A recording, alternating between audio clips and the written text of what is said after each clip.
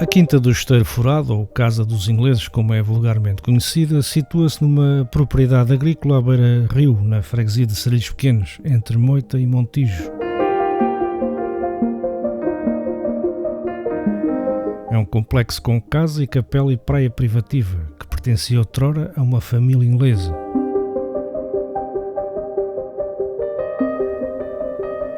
É uma casa agrícola com uma notável implantação.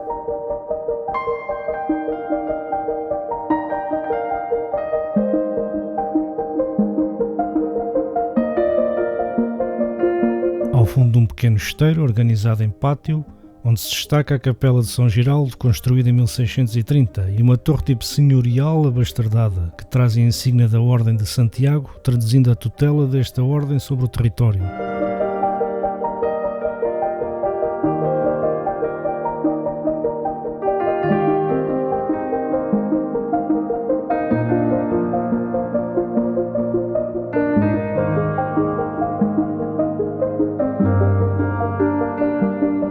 É uma quinta secular que tem fundação no século XVII e resultou da unificação de outras duas propriedades, a Quinta do Brechão e a de Martim Afonso.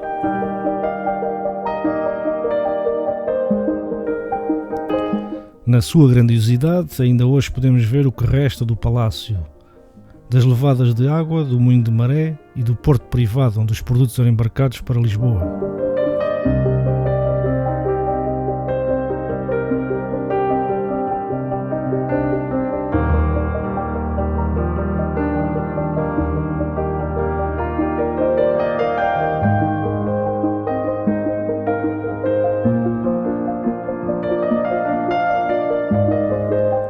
Desde tempos remotos que a Quinta tem uma forte ligação ao Rio Tejo, através da grande esteiro que dá o nome à Quinta.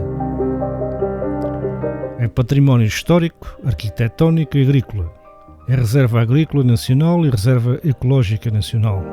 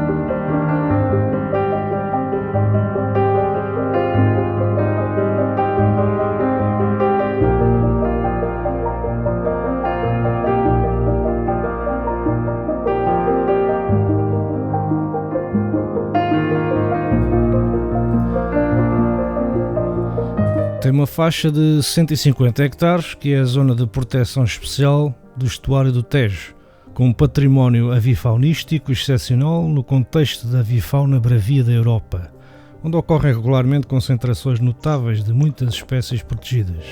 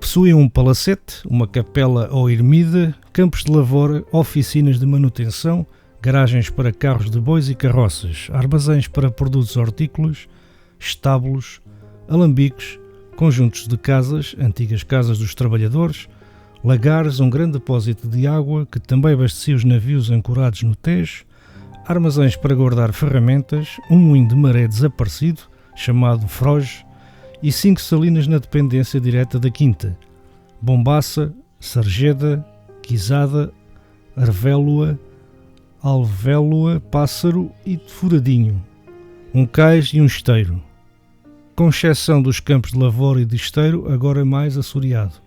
Tudo o resto desapareceu ou está em ruínas e vandalizado.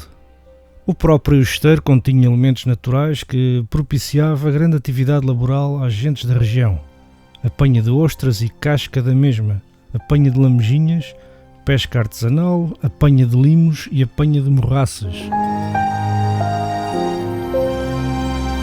Pelo seu pequeno cais, mesmo junto ao palacete, passou toda a atividade da quinta através do escoamento dos produtos por via marítima, utilizando os barcos do Tejo, botes varinos, canoas, batéis e outros.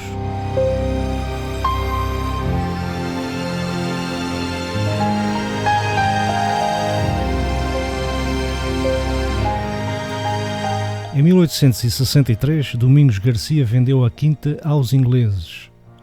Em 1890 existiu na quinta do Esteiro Furado uma pequena fábrica de cortiça com 8 operários. Em 1908, os ingleses Lord Bucknell e Carlos Creswell passaram a ser os proprietários da quinta. A quinta do Esteiro Furado terá nascido da união entre a quinta de Martim Afonso e a quinta do Brechão. Foi propriedade da coroa e gerida por administradores até à extinção das ordens religiosas em 1834.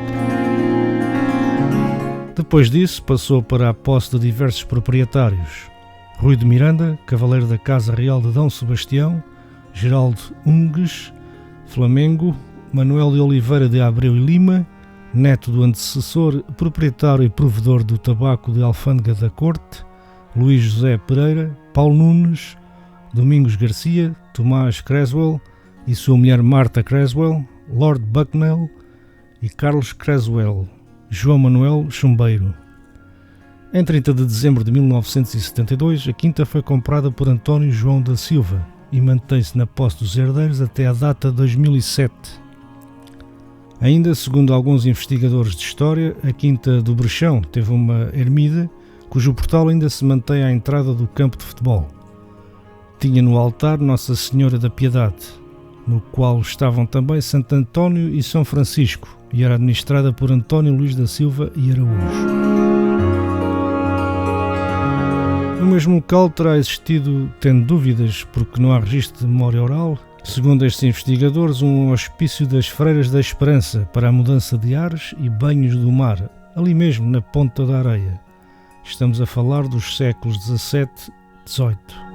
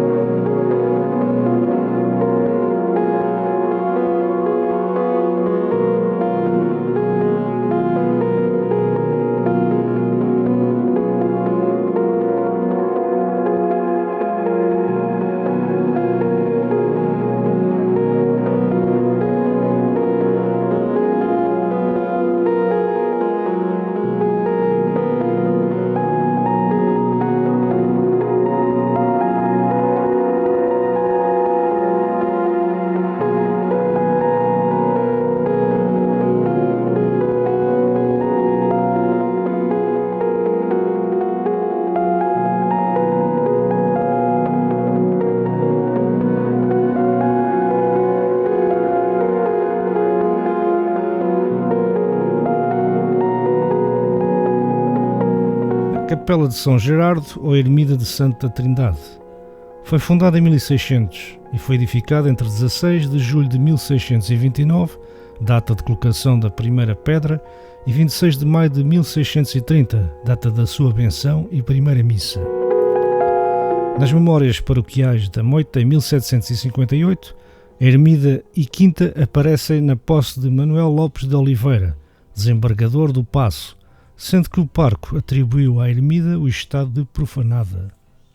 Teve a ermida obras de restauro em 1799 por iniciativa de Dona Clara Marla, viúva de José Batista, homem de negócios da Praça de Lisboa, ficando então com o título de Excelentíssima Trindade e Nossa Senhora da Boa Viagem. A provisão de licença para obras data de 27 de março de 1799 e a de licença para ser de novo benzida e ter missa de 22 de maio de 1799. Nos autos de 1799 encontramos uma carta do pároco da Moita, Padre José Rodrigues, datada de 11 de março, em que este diz que nesta ermida não se diz missa há muitos anos. Tem uma torre tipo senhorial abastardada com a insígnia da Ordem de Santiago. Na fachada da capela junto à entrada ainda existe uma lápide que na sua frontaria tem a cruz da Ordem de Santiago com o seguinte epitáfio: em louvor da Santíssima Trindade se principiou nesta ermida da Santíssima Trindade ao val edificou Inês Velosa no ano de 1629. Dentro da capela encontra-se uma pedra tumular, arredada do sítio e bastante maltratada pelos visitantes menos escrupulosos, quiçá também por outras pessoas menos suspeitas, cujos actos de vandalismo destruíram todo o interior da capela.